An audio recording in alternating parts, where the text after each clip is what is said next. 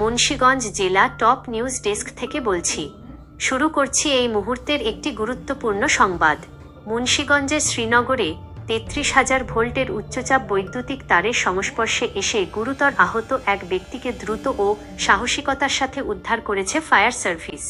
আজ ১৬ আগস্ট ২০২৬ খ্রিস্টাব্দ সকাল ৭টা ৫০ মিনিটে শ্রীনগর ফায়ার স্টেশনে একটি জরুরি সংবাদ আসে।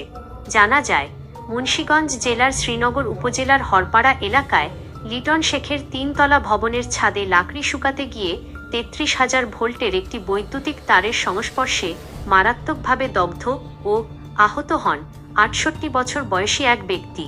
আহত ব্যক্তির নাম মাহফুজুল ইসলাম। তার বাড়ি শ্রীনগরের সিংপাড়া এলাকায়।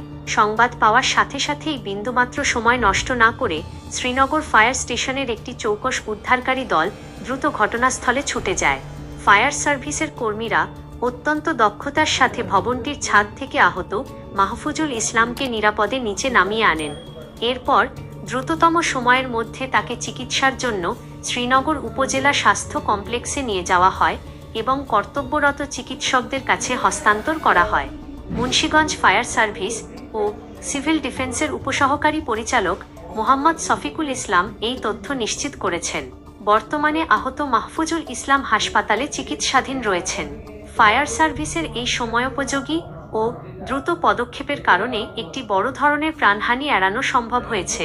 স্থানীয় এলাকাবাসীও ফায়ার সার্ভিসের এই সাহসিকতার ভূয়সী প্রশংসা করেছেন।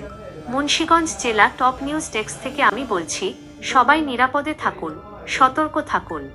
ধন্যবাদ।